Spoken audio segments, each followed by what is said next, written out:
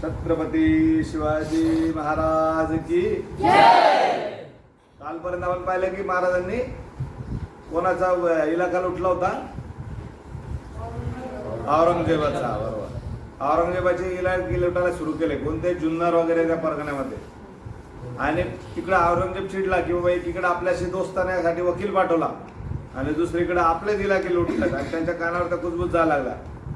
आणि ज्यावेळेस तो त्याचा तिळपापड व्हायला लागला होता, पण त्याचं लक्ष कुठं होतं? तर शहाजहान कधी मरतो मी दिल्लीच्या खुर्चीवरती कधी बसतो। पण ही संधी पाहून ही संधी राजाने अचूकपणे ओळखली आणि पुढची धूर्त नाटकबाजी केली। काय नाटकबाजी केली? तर छापे घालीत असताना रघुनाथ बल्लाळ कोरडे या नावाचा एक बिलंदर वकिलाला औरंगजेबाच्या कडं परत नजराने म्हणजे गिफ्ट नजराने घेऊन पाठवलं। 4 ताटं भरून सोन्याच्या मोहरा बिरा घेऊन पाठवलं, दागिने वगैरे घेऊन।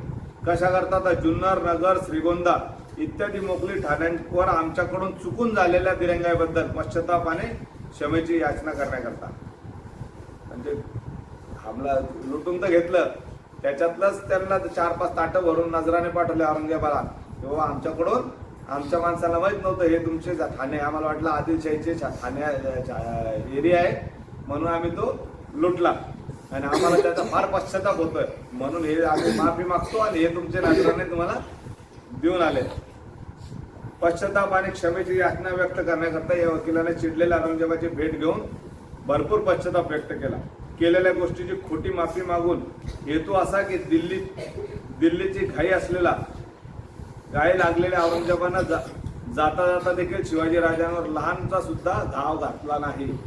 म्हणजे जर तो दिल्लीला जायच्या आधी सगळी सैन्य तयार होतं आणि त्यांनी जर जाता जाता जर ठरवलं असतं की जाता जाता आपण पूर्ण स्वराज्य उद्ध्वस्त करायचं, करू शकला असतं, एवढं सैन्य होतं। पण त्याला रवाना करायचं, त्याला खोटी माफी मागितली, खोटा पश्चाताप व्यक्त केला आणि जाता जाता सुद्धा त्यांनी आपल्या स्वराज्यावर छोटासा सुद्धा हे केलं, लहान मोठा सुद्धा गाव घालू नये। ही सारी काव्यवाची औरंगजेबाला समजत नव्हती का? समजत होती, पण ती आगंतिक होती। शत्रूच्या आगंतिकतेचा असाच फायदा घ्यायचा असतो हे कृष्णानं शिकवलं।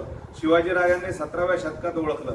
ज्या दिवशी आम्ही भारतीय कृष्णनीती विसरलो त्या दिवसापासून आमची घसरगुंडी चालू झाली। म्हणजे ज्यावेळेस आपण काय झालं, इंग्रज ज्यावेळेस आले त्यावेळेस स्वतः सैन्य घेऊन आले का नाही, आपलेच लोक त्यांच्यात आले। मग आपण त्यावेळेस रामाची नीती वापरत होतो की जो आला त्याला शरण आला त्याला मरण नाही।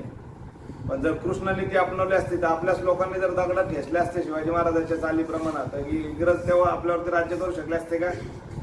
मागच्या चॅप्टरमध्ये पाहिलं की फक्त दगड गोट्याच्या वर्षावरती पूर्ण आदिलशहाचं सैन्य पळून लावलं होतं। मग पुढं पाऊल काय उचलायचं त्याच्यावरती विचारविनिमय सुरू झाला। शिवाजी राजाने या वर्षी म्हणजे 23 ते 30 April 1657 23rd to 30th April of 1657 एक अत्यंत अवघड असे धाडसी राजकारण हात घेतला। मोगलांसारख्या दैत्यबळाच्या सत्तेविरुद्ध पहिला हल्ला केला, मोगली ठाणे मारले। औरंगजेबानं सर्व पाताळी यंत्री डाव आणि ढोंगबाजी करून दिल्ली काबीज घेतली होती। तोपर्यंत काय झालं होतं, दिल्ली काबीज करून घेतली होती कोणी? औरंगजेबाने। त्याच्या बापाला कैद करून त्याने बापाला आग्र्यात कैद ठेवले होते। तो आलमगीर बनला म्हणजे जगाचा सत्ताधीश। त्याच्या नात्यानं त्याला वाटलं की मी आता सगळ्या जगाचा सत्ताधीश झालोय। आलमगीर पदवीचा शिवशाहीवर काय परिणाम झाला? राजांवर दहशत बसली का? नाही, पण ते खिन्नतेने बहुधा हसले असावे त्या राजापुरात राजनिष्ठेला। राजपूतांच्या राजनिष्ठेला महाराज मनापासून हसले होते की बाबा एवढा बलाढ्य राजपूत लोक ज्यांच्याकडे सैन्य होतं, ज्यांच्याकडे लढवाई ताकद होती, जे शूरवीर होते, पण त्यांच्यामुळं औरंगजेब कुठं बसला होता? दिल्लीच्या तख्तावर। यांनी जर बगावत केली असती तर औरंगजेब बसू शकला नाही। आणि महाराजांना ती खंत वाटत होती की बा एवढे हिंदू राजे आहेत, एवढे सगळे, तर हे तिथं त्याच्या विरुद्ध बंड नाही करू शकत, त्याच्या निष्ठेला आहे का? पण इराणच्या बादशाला मात्र परिणाम झाला, कारण हा इकडे आलमगीर म्हणून जेव्हा बसला तर इराणचा जो बादशाह होता त्यावेळेस काय होतं, संपूर्ण मुस्लिम राजांचा एक खलिफा असायचा, तो होता इराणमध्ये। त्याला इराणचा बादशाह होता, त्याचे नाव होते शाह अब्बास सानी।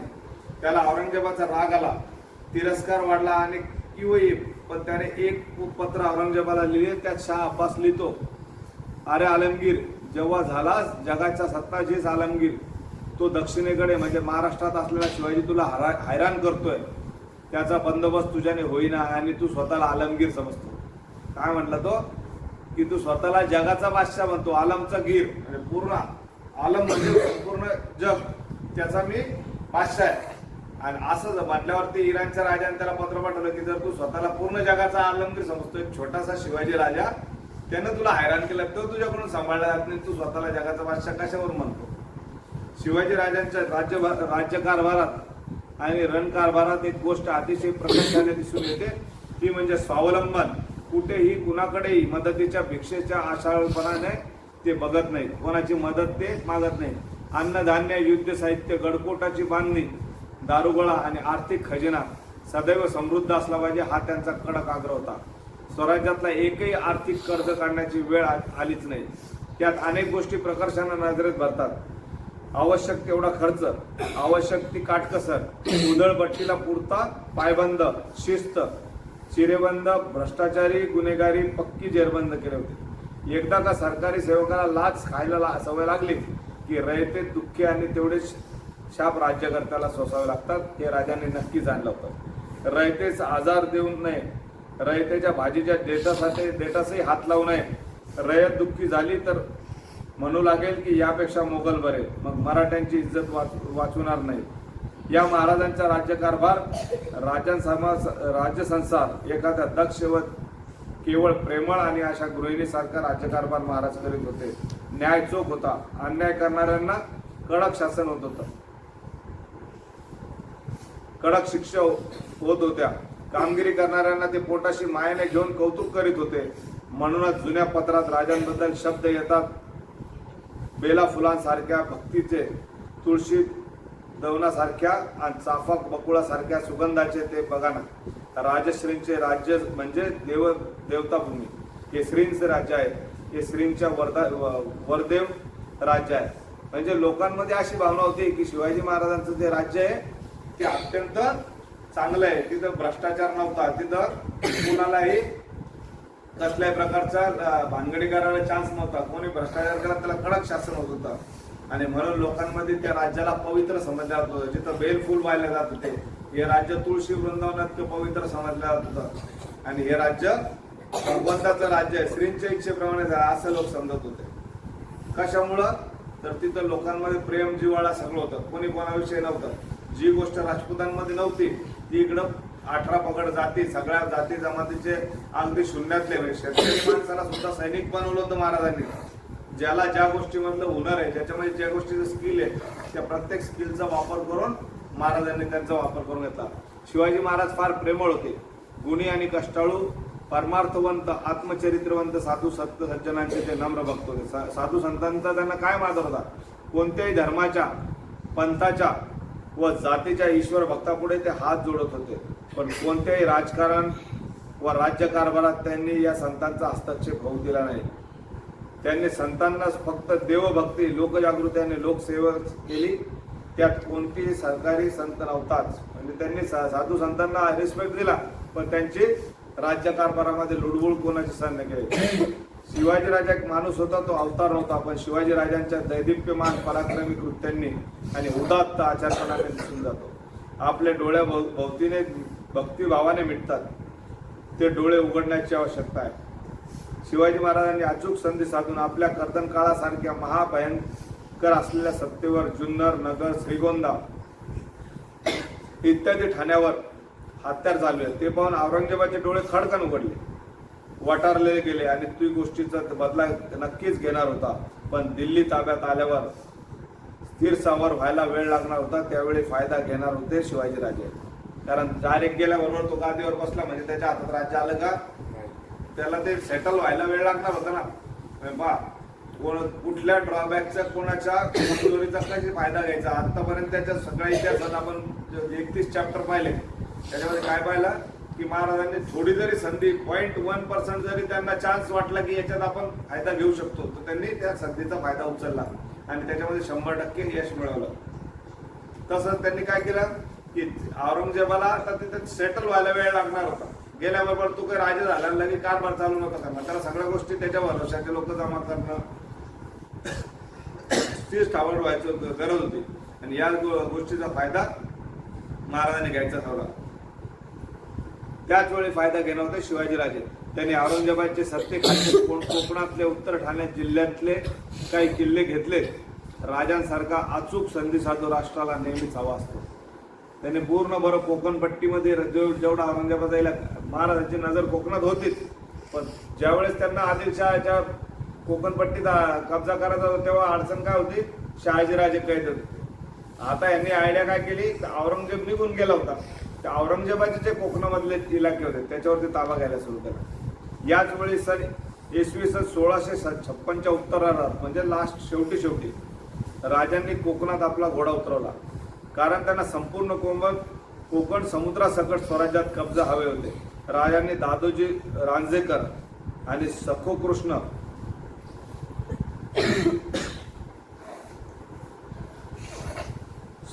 लोहकर यांना ऐन दिवाळीच्या तोंडावर कल्याण आणि भिवंडी जिंकावयास रवाना केले. जिंकले. या दोघांनी एकाच दिवशी कल्याण भिवंडी काबीज केली. त्या दिवशी दिवाळीतील वसुबारस होती. दिनांक 24 ऑक्टोबर 1657 दुर्गाडी किल्ल्यावर झेंडा लागला. इथे भूमिगत धन हंडे भरून राजांना मिळाले. लक्ष्मीपूजन सार्थ झाले. कल्याणच्या खाडीत मराठी आरमाराचा शुभारंभ झाला. काय झालं, कोणता किल्ला जिंकला? कल्याणजवळ दुर्गाडी नावाचा छोटा किल्ला होता, तो ताब्यात घेतला. कधी? वसुबारसच्या दिवशी, दिवाळीच्या आदल्या दिवशी. आणि लक्ष्मीपूजनच्या दिवशी किल्ल्याचे रिपेअरिंग करताना तिथं धनाचे हंडे सापडले, सोन्याने भरले राजन सापडले. तो म्हणजे लक्ष्मीपूजन पण सार्थ झालं की, म्हणजे नशीब पण महाराजांना साथ देत होतं ज्यावेळेस पैसे निघा. आणि तिथूनच सुरुवात झाली इंडियन नेव्हीची. ते भूमिगत धन हंडे भरून राजांना मिळाले. लक्ष्मीपूजन सार्थ झाले. कल्याणच्या खाडीत महाराज आरमाराचा आता प्रारंभ झाला. आगरी, भंडारी आणि कोळी जवान सागर लाटेंसारखे महाराजांकडे धावत आले. आरमार सजू लागले. पैशात किंमतच करता येणार नाही. हिऱ्या मणक्यांनी तुला करावी अशी कोकणाची जवान, आगरी, कोळी, भंडारी माणसं आरमारावर दाखल झाली. कोकणाची किनारपट्टी हळूहळू स्वराज्यात येऊ लागली. आंबा पिकत होता, रस गळत होता आणि कोकणचा राजा उपाशी पोटी झोपत होता. आता स्वराज्यात आरमार बहरलं. नारळी, सुपारी, चौरी सारख्या डुलणाऱ्या त्या कोकणाच्या यवशात काल होता. म्हणजे कोकणामध्ये एकदम आनंदी वातावरण तयार झालं. आपण मागच्या वेळी पाहिले की लोक किती परेशान होते. कल्याण भिवंडी पासून दक्षिणेकडे कोकणावर महाराजांची मोहीम सुरू झाली. एक एक ठाणं भगव्या झेंड्याखाली येऊ लागलं. मोगली ठाण्यावर शिवाजीराजांचे अचानक हल्ले केल्यामुळे औरंगजेब संतापलेलाच होता. पण आता यावेळी काहीच करता येत नाही हे लक्षात घेऊन तो दिल्लीला गेला. पण त्याच्या मागत शिवाजीराजांचा पुरेपूर काटा काढायचा हे नक्की झालं. विस्मय वाटतो तो राजांच्या कमालीच्या धाडसाचा.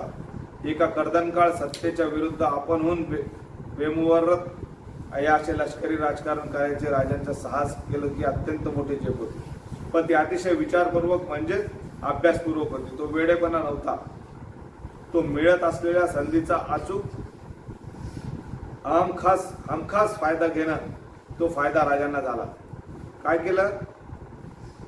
जेव्हा औरंगजेब चालला होता त्या औरंगजेबाला जाण्याच्या टायमाला त्याला आता वापस फिरता येणार नव्हतं. त्याचे सैन्य त्याच्या डोक्यात दिल्ली होती.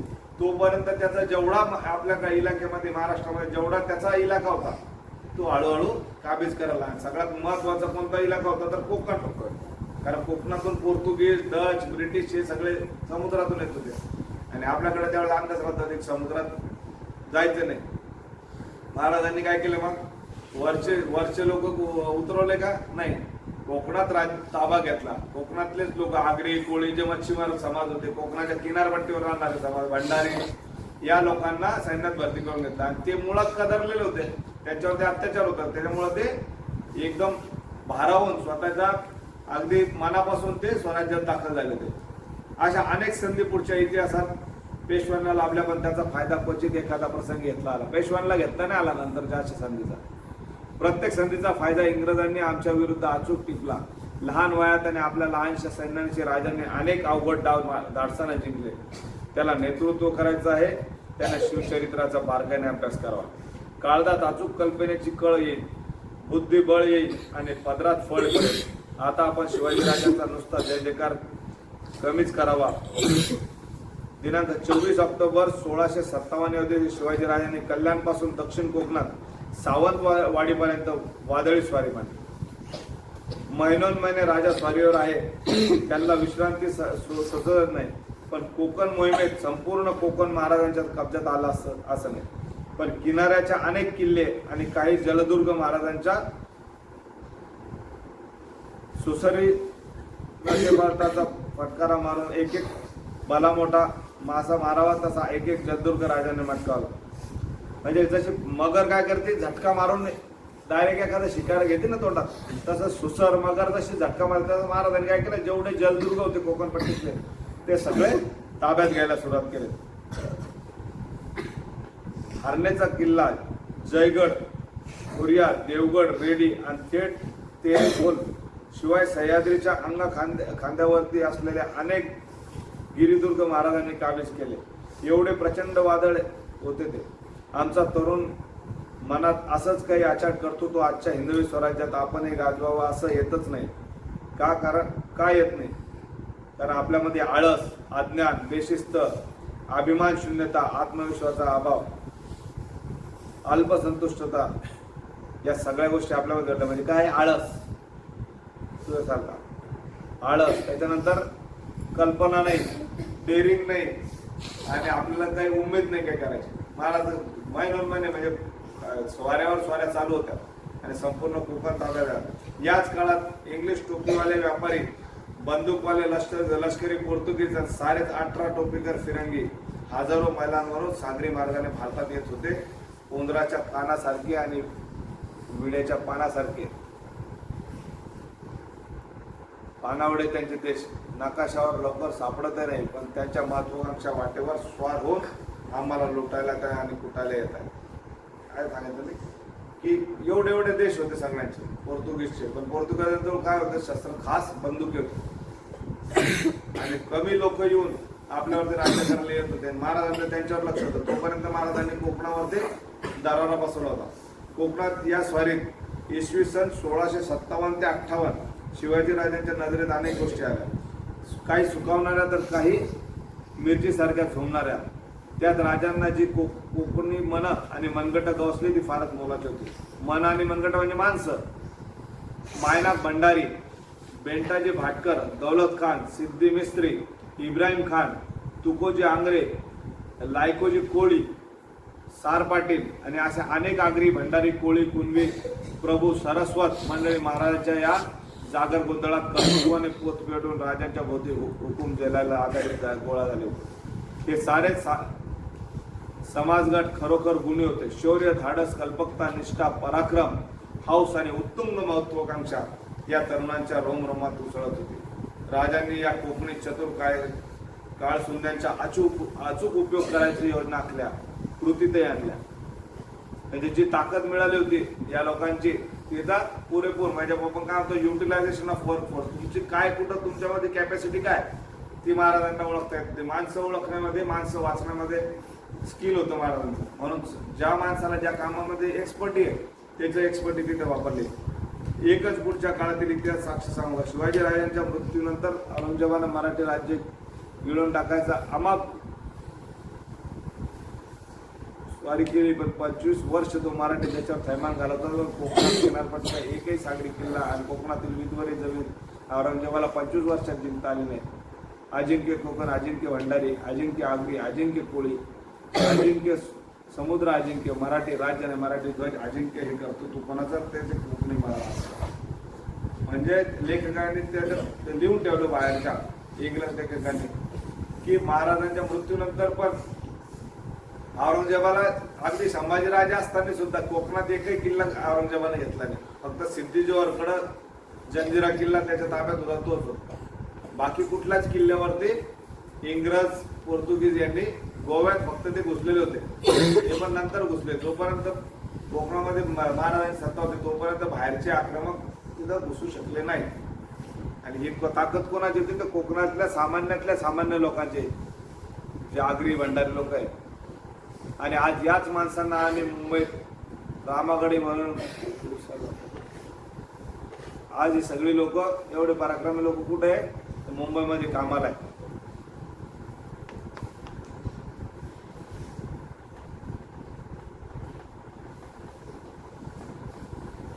शिवाजी महाराजांनी 300 वर्षापूर्वीच हे ओळखलं होतं. कोकण अजिंक्य बनवलं. आमच्या लक्षात केव्हा ब्रिटिश विल्यम फिलिप्स सारख्या एखाद्या कान्होजी आंग्रा, मायनाक भंडारे किंवा एखादा मराठी दौलत खान आम्हाला आज लाभेल का? म्हणजे त्यावेळेसचे जे लोक होते त्यांचे नावं इतिहासात कोरल्या गेले. दौलत खान असेल, मायनाक भंडारीची मी गोष्ट सांगितली तुम्हाला नेवल डेच्या दिवशी आहे ना. मायनाक भंडारी सारखे लोक सापडले. हेच लोक जर ब्रिटिश लोकांना मिळाले असते तर काय झालं असतं? कायमचं त्यांचं कोकणात राज्य राहिलं असतं. याच कोकण स्वारीतून शिवाजीराजे कुडाळपर्यंत समुद्र आणि भूमी काबीज घेत पोहोचले. देशावरील लोणावळ्याजवळच्या अनेक किल्ल्यांचा कब्जा राजांनी घेतला होता. राजमाची, लोहगड, तुंगतिकोना आणि पूर्वीर शहाजीराजांच्यासाठी बादशहाच्या ताब्यात देऊन टाकलेला कोंढाणा राजांनी काबीज केला होता. कोकणातील हा सह्याद्रीवर असलेला माहुली, कोहगड, सिद्धगड, मलंगगड, सरसगड इत्यादी गडे जिंकले होते. स्वराज्य वाढलं होतं. विजापूर अर्धांगाबाई झालेला बादशाह मोहम्मद आदिलशाह 4 नोव्हेंबर 1656 रोजी मृत्यू पावला होता आणि त्याचा मुलगा अली आता बादशाह झाला होता. हा अली वयाने 17 ते 18 वर्षाचाच होता. त्याची आई ताजुल मुखद्दर उर्फ बडी साहिबा हीच सर्व कारभार पाहत होती. कोणाचा कारभार पाहत होती? बडी बेगम. क्वचित एखादी झटपटीत स्वराज्याची मावळी सेना पराभव होत होता, नाही असं नाही, पण उल्लेख करावा असा एकही विजय या काळात आदिलशाही सेनेला कुठलाही मिळाला नाही. सर्वत्र शिवाजीराजांचा पराक्रम गाजत होता त्यावेळेला. म्हणजे एकीकडे औरंगजेब पळून गेला, दुसरीकडं आदिलशहाच्या मेल्यामुळं ते परेशान होते. या संधीचा फायदा होत होत स्वराज्य आता पूर्ण कोकणपट्टी, जुन्नर आणि जो कोंढाणा एकदा जिंकला होता नंतर शहाजीराजांच्या कैदेतून सोडण्यासाठी आदिलशाला कोंढाणा देऊन टाकला होता आणि आता परत कोंढाणा कोणी घेतला? महाराजांनी घेतला. म्हणजे कोंढाणा आपल्याकडे किती वेळेस आला? 2 वेळेस. आणि 3ऱ्या वेळेस तानाजी मालुसरेची जी कथा आहे आपल्या समोर दिसते, म्हणजे एक कोंढाणा किल्ल्यावरती किती प्रकरण घडले शिवाजी महाराजांचे? 3. आपल्याला माहित कोणता आहे? एकच. पण आधी सुरुवातीच्या काळात म्हणजे त्यावेळेस काही नसताना शिवाजी महाराजांनी 2 वेळेस कोंढाणा जिंकला. विजयाचा घोष उठत होता मराठ्यांचा. त्याच आधीच हादरून गेलेले विजापूरच्या शाही दरबारात अस्वस्थ चिंताक्रांत झाले होते. खरं म्हणजे ते विजयाची गगनभेदी गर्जना 350 वर्षाच्या गुलामगिरीतून एकदम उठली होती. हीच शिवक्रांती सगळीकडे परकीय शत्रू विस्मित आणि बेचैन झाले होते. राजकीय शत्रूंना काय होता? त्याचं पोट सतत दुखत होतं. राजांच्या या सुसाट कोकण स्वारीमुळे इसवी सन 1657 ते 58 आदिलशाही गलबलून गेली होती. शिवाजी विरुद्ध काय करायचं हेच बड्या बेगम आणि शहा समजत नव्हतं. विचार करीत बसायची सवड नव्हती. सतत मराठी वादळाच्या बातम्या येत होत्या. या मराठी विजयाचं मर्म कोणतं होतं तर जय मिळत होते असं कोणाचं असं कोणतं मिसाईल महाराजांना गवसलं होतं? आम्ही तरुण आजचा अभ्यास केला पाहिजे. महाराजांनी अनेक प्रसंग स्वतःहून उभारले. शब्द ते मर्म सापडले ते आपल्या मावळ्यांना म्हणायचे. म्हणजे सगळ्या जेवढ्या शाया होत्या आदिलशाही आणि औरंगजेब, इकडे कुतुबशाही पण होते, हे कन्फ्युज झाले की असं काय रॉकेट सायन्स का मिसाईल सापडलं महाराजांना की जे एकामागे एक विजय मिळत. छोट्या मोठ्या लढाईमध्ये हारले पण होते, असं काही नाही की आपण जिंकतच आलो, पण मोठा विजय आपल्या विरुद्ध कोणी शिवाजी महाराजांच्या सैन्याच्या विरुद्ध कुठल्याही शाहीने घेतला होता. सगळ्यांना ते कन्फ्युजन होतं की यांना असं काय मिसाईल सापडलं की हे सतत हारत. पण त्याच्यात महत्वाचं काय होतं तर नियोजन. आपले काम चोख करा, हे राज्य श्रींच्या आशीर्वाद आहे. पराक्रमाचे तमाशे दाखवा. या राज्याचे रक्षण करणे हा आपला फर्ज म्हणजे कर्तव्य आहे, त्यास चुकू नका. सिंधू नदीचे उगमापासून कावेरी नदीच्या पैलतीरापाव तो बघा मुलूक आपला आहे, तो मुक्त करावा ऐसा मानस आहे. म्हणजे सिंधू नदीपासून तर कावेरीच्या ताटापर्यंत, म्हणजे डायरेक्ट अफगाणिस्तान पासून तर पूर्ण भारत हे आपला मुलूक आहे, हिंदू राजांचा मुलूक आहे. हा मोकळा करायची इच्छा कोणी व्यक्त केली होती? अखंड भारतची शिवाजी महाराजांनी. आणि ते सांगत होते की हे राज्य माझं नाहीये, मी राजा नाहीये, हे श्रींचं राज्य आहे, बंधाचं आहे, तुमचं आहे, स्वराज्य तुमचं, तुम्ही सगळेजण मालक आहे. आणि या भावनेतून सगळेजण काम करत होते. आणि तसेच कितीतरी विमीर भिडवीत आणि असे शब्द महाराजांनी आपल्या जीवलकांच्या पाठीवर हात ठेवून आयुष्यभर उच्चारले. हे शब्द हृदय कोरूनच मावळाने स्वराज्याच्या सर्वस्व पणाला लावले, आयुष्य लावले.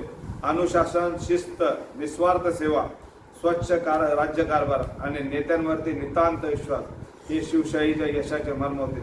म्हणूनच हर दिवशी नित्यवान दिन जागृतीचा उपयोग होता.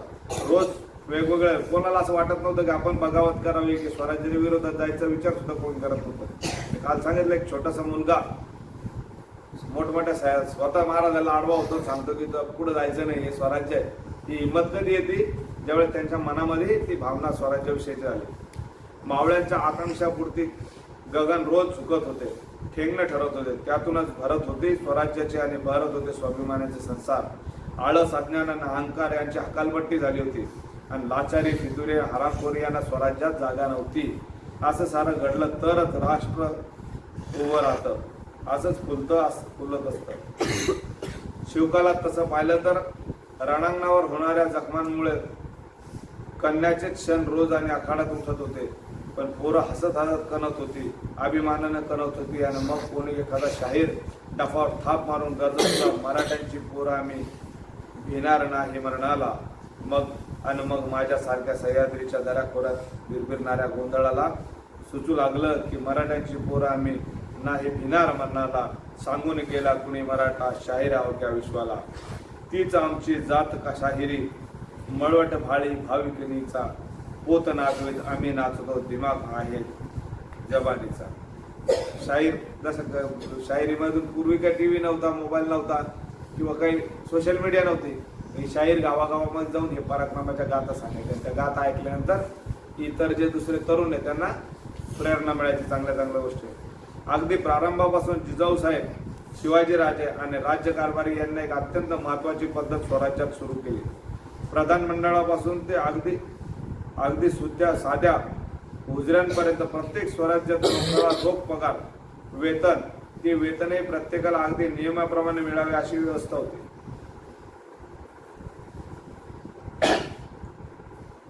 कोणालाही नोकरशाही मोबदल्यात वतन किंवा मिराजदारी दिली जात नसे, संपूर्ण पगार दिला जात होता. म्हणजे त्यांना काही जागा, अर्ध राज्य, पूर्वी यांनी कसं केलं होतं मोगलांनी की जागा वतन, तू याचा टॅक्स घेऊन त्याच्यावरती तू राज्य कर आणि तू आमचं काम कर.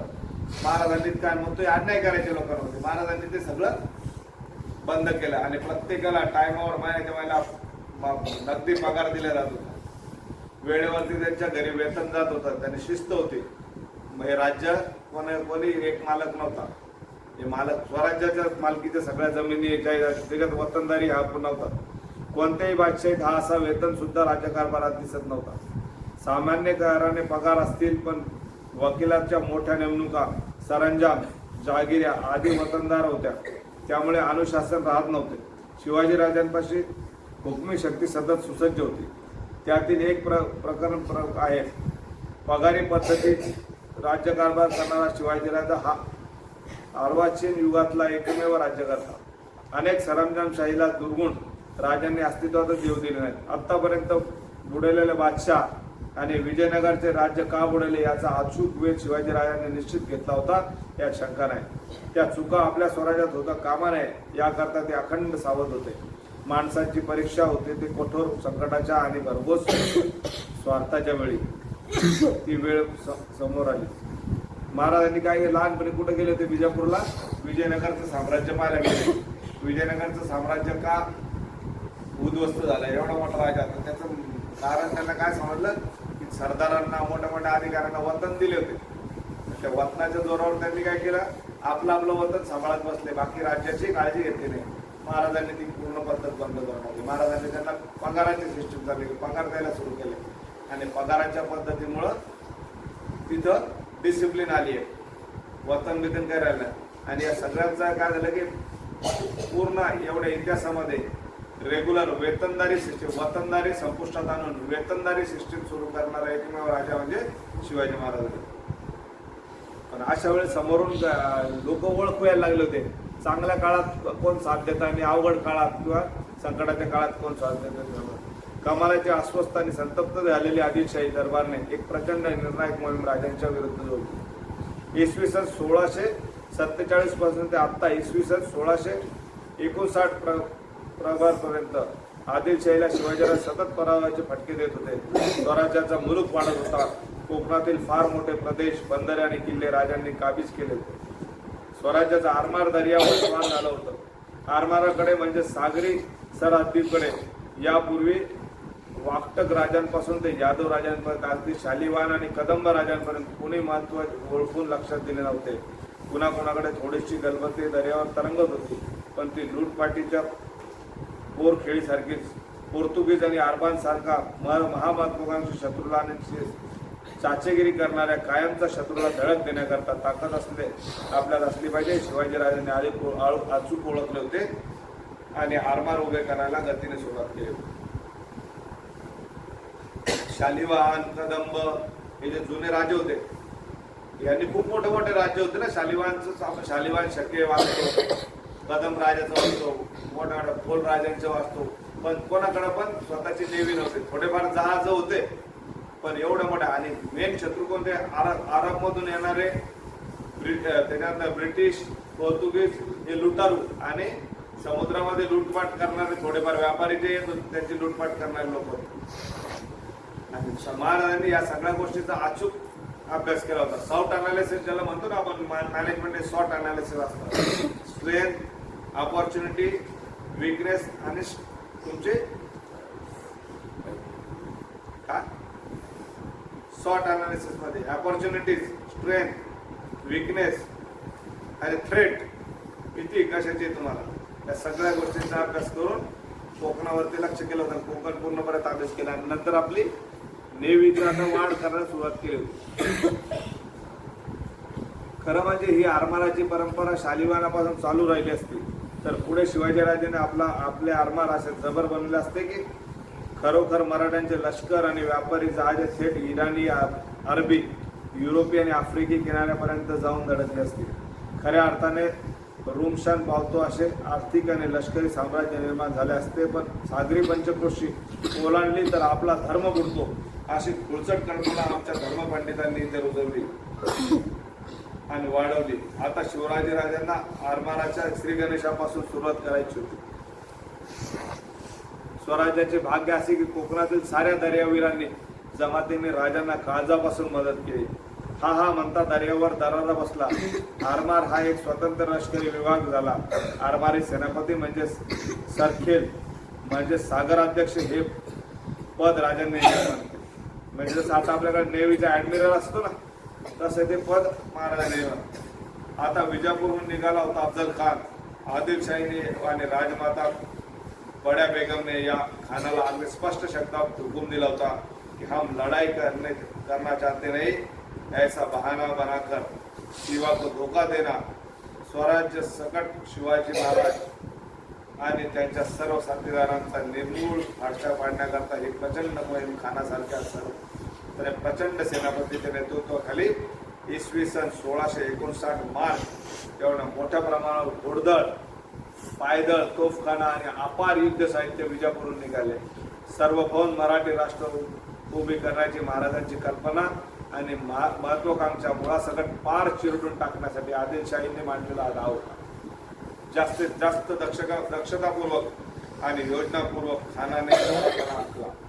शिवाजीला डोंगरी किल्ल्याच्या गराड्यातून बाहेर पूर्वीकडे सपाटीच्या प्रदेशात यायला भाग पाडावे असा त्यांचा पहिला प्रयत्न होता. म्हणून त्याने आदिलशाहीच्या हद्दीत एक देवस्थानात हद्दीत जेवढे देवस्थान होते ते धुमाकूळ घालायला सुरू केला. ते त्याला कोणी अडविना. त्याच्या स्वतःच्या सैन्यातही आमचीच माणसे मोठ्या संख्येने होती. जणू त्याच्या अध्यक्षतेखाली खान हा देवस्थानाकडे झिंडवडे काढत होता आणि त्याचा हेतू एकच होता, शिवाजी महाराजांना चिरविणे आणि धार्मिक भावना कमालीच्या दुखविणे. हे केले म्हणजे राजा चिडेल, भावना विवश होईल आणि आपल्या विरुद्ध जो चाल करून येईल मोकळ्या मैदानात आणि शिवाजी महाराजांची सगळ्यात मोठी ताकद काय होती लढायची? डोंगर, सह्याद्रीच्या कडे कपार, जंगल. अफजल खानाला माहिती, अफजल खान अतिशय धूर्त माणूस होता. त्याला त्यांनी काय ठरवलं तर कसंही करून मोकळ्या पटांगणात आणायचं शिवाजीला. म्हणजे ताबडतोब युद्धात आपलं सैन्य जास्त, आपली संख्या जास्त आहे आणि या संख्येच्या जोरावर आपण त्यांना पकडू शकतो. म्हणून त्यांनी काय आयडिया केली की धार्मिक भावना दुखवायच्या. आज तर शिवाजीराजे येणार नाही, मंदिरं तोडायला सुरुवात केली. आणि मंदिरं तोडत असताना त्याच्या सैन्यात काय त्याचे लोक नव्हते, आपलेच हिंदू लोक, आपलेच मराठी लोक त्याच्या सैन्यात होते. त्याच्या अध्यक्षतेखाली, त्याच्या हुकुमाखाली हे सगळे आपलेच लोक आपले हे तोडत होते, मंदिरं तोडत होते. हे आता शिवाजीराजांच्या राजकीय विवेकाला लष्करी मुत्सद्देगिरीला आव्हान होते. खबरा मिळत होत्या त्याच वेळी महाराज कुडाळहून राजगडास आले. खान म्हणजे मूर्तिमंत मृत्यूदूतच. राजगडावर साक्षात यमाचे दूत गिरट्या घालीत होते. राजांनी अतिशय लाडकी राणी सईबाई सयाने अस्वस्थ होती. खानाच्या बातम्याने स्वराज्य अस्वस्थ होते. सईबाई म्हणजे शंभूराजांची आई, संभाजीराजांची आई त्यावेळेस आजारी होती.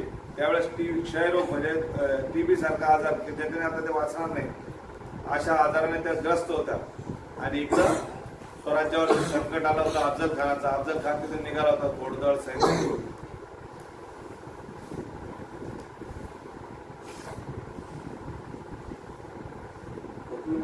काय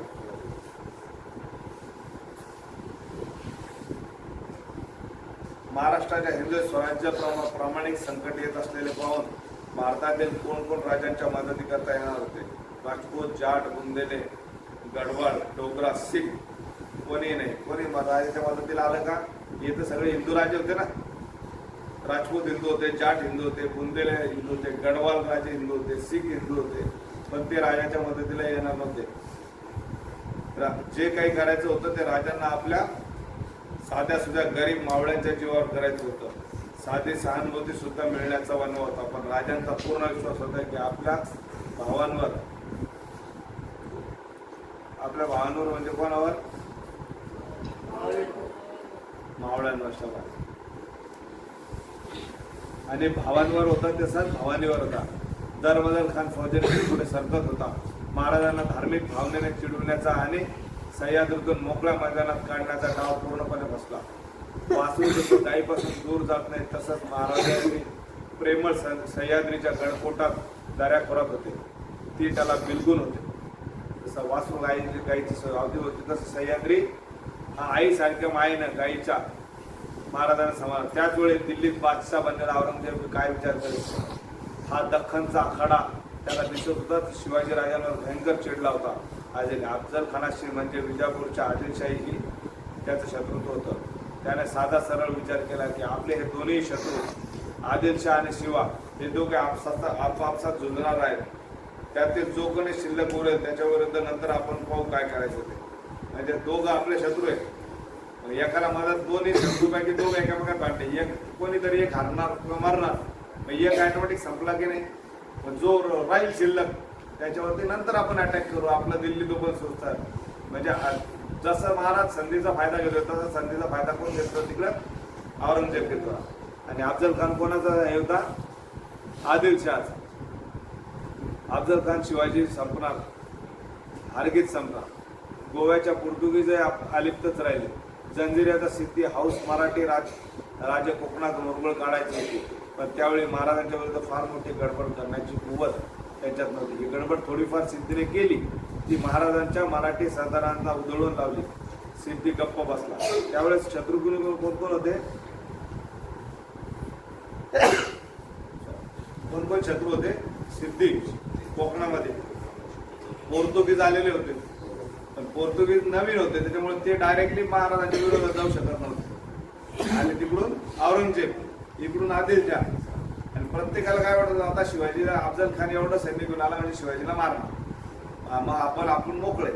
प्रत्येक जण टपून बसतो. म्हणजे जर एखाद्या सिंहानं शिकार केली तर त्यावेळेस बारीक बारीक जे राहते कोणते तडस, कोल्हे, गिधाड हे काय टपलं राहतं किंवा शिकार त्यांनी केली तर केली, पण उरलेलं तुकडं तर आपल्याला भेटत.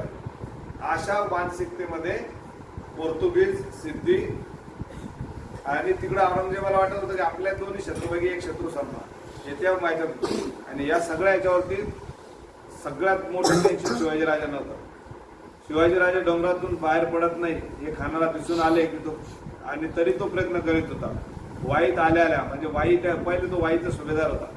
इसवी सन 1659 मे त्याने स्वराज्याच्या पूर्ण कडेवर असलेले 4 ठाणे 7,000 फौज पाठवून एकदम घेतली. ठाणे अगदीच लष्करी बाबतीत लहानशी होती. शिरवळ, सासवड, सुपे आणि पुणे जिथं कमी सैन्य दल असलेले ठाणे त्याने जिंकून घेतले. म्हणजे एक फिल्म पॉलिसी असते की शत्रूच्या मनोबल खच्ची कसं करायचं. म्हणजे 3 ठाणे 4 ठाणे कब्जा केल्यावर शत्रू आपण हरतोय ते थोडीशी हिंमत कमची होईल. पण इथं तसं नाही झालं. या झडपेचा मराठी राजकीय नक्कीच दहशत परिणाम झाला. लोक घाबरतील, आपल्याकडे येऊन सामील होतील अशी त्याची अपेक्षा होती. या दहशतीच्या जोडीला लोकांना धनदौलतीचे आमिष दाखविले तर हा खेडवळ मावळी माणूस नक्की आपल्या पायाशी येईल अशी खानाला खात्री वाटते. त्याने मावळच्या देशमुख सरदारांना आदिलशाहीच्या शिक्केमोर्तबाचे फरमान पाठविले. त्या फरमानात शहाने या सरदारांना फरमावले की शिवाजीची बाजू सोडा आणि नामजद सरदार अफजल खान यांच्यासह सामील व्हा. जर सामील झाला तर तुमच्या कोट कल्याण करू, पण जर शिवाजीच्या बाजूने राहून बादशाह विरुद्ध वागला तर तुमचा साफ फडशा मोडू. याद राखा, आम्ही शिवबाचा मुळासकट फडशा पाडणार आहोत. हे असले भयंकर जबरेचे पण तेवढ्याच गोड आमिषाचे फरमान औरंग महाराजांच्या सर्व मावळदरीत खानानं पाठवले. पहिल्या फरमान वाईपासून अवघ्या 5 कोसावर असलेल्या कान्होजी नाईक जेदे यांना मिळाला. कान्होजी नाईक ते फरमान घेऊन रायगडावर शिवाजी महाराजांकडे आले. आपल्या 5ही तरुण पुत्रांसह आले आणि त्यांनी महाराजांना आभाळा एवढ्या विश्वासाने सांगितलं की आपण अजिबात चिंता करू नका. मावळच्या सर्व सरदारांच्या दिवशी मी तुमच्या पाठीशी आहे. मी माझ्या घरादारावर पाणी सोडलंय. त्यांनी काय केलं त्या दिवशी की स्वतःचे 5 मुलं घेऊन जे ते सरदार आले त्यांना अफजल खानाने धमकीचे पत्र पाठवले होते. पण हातावर पाणी घेतलं. आपण संकल्प सोडतो आणि महाराजांना सांगितलं की मी सगळ्या सरदार माझे सगळे पोरं हे तुमच्या चरणावरती सोडून देतो. आम्ही मरेपर्यंत तुमची साथ देऊ. आणि महाराजांना प्रचंड विश्वास होता. केवढा प्रचंड विश्वास. आणि कान्होजींनी मावळ्याच्या सर्व देशमुखांना सांगितलं की महाराजांकडे धाव घेतली. एकाचं पाहून सगळ्यांना हिंमत आली आणि बाकीचे जे देशमुख होते ते परत महाराजकडे आले. फक्त उतावेळकर खंडोजी देशमुख हा एकमेव सरदार आधीच अफजल खानाला जाऊन मिळाला होता. बाकी सर्व जिवलग स्वराज्याच्या झेंड्याखाली आले. खानाला वाटत होतं की लाचार भित्र्या भिकाऱ्यांसारखे हे मावळे माझ्या छावणीत सेवा करायला येतील. त्याची पूर्ण निराशा झाली. तरी त्याने गंमत केली. या शिवशाही सरदारांच्या घरात नव्या पिढीच्या पोरं होती. कुणाचा मुलगा, कुणाचा पुतण्या, कुणाचा भाऊ. अगदी या तरुण पोरांच्या नावानं खानाला नवीन अशीच आमिषाची फरमानं पाठवली. पण एकही पोरगा खानाला जाऊन मिळाला नाही. सारा स्वराज्य महाराजांच्या पाठीशी उभा राहिला. आता होतं ना, ज्या नवीन पोरांना जर थोडीशी लालच दिली तर ते ऐकतात ना. पण खानानं ते पण केलं. आजच्या भाषेत आपल्याला म्हणायचं तर राष्ट्रीय चरित्र, राष्ट्रीय निष्ठा हे आपल्यापाशी असेल तर आपण शत्रूचे पॅटर्न रणगाडे सुद्धा उचलून पाडू शकतो. कान्होजींसारखे परमवीर अब्दुल हमीद यांच्या आमच्या आकांक्षाचा झेंडा करणारा अब्दुल हमीद नावाचा एक शिपाई होता ज्यानं एकट्याने पाकिस्तानचा टँकर पळून रंगडा पळून आणला होता. आता त्याच्यावरती बरेचसे पिक्चर असतात. ती स्टोरी सांगायची आपली वेळ नाही. तसेच त्यावेळेस शिवाजी महाराजांना असे एक मावळे जमले होते की कोणीही अफजल खानाच्या लालची पडले नाही आणि कोणीच अफजल खानाच्या भीतीला पण घाबरले नाही. आणि महाराजांनी हे जोडलेले सोन्यासारखे माणसं स्वराज्याची ताकद बनली होती. अफजल खान छत्रपती शिवाजी महाराज की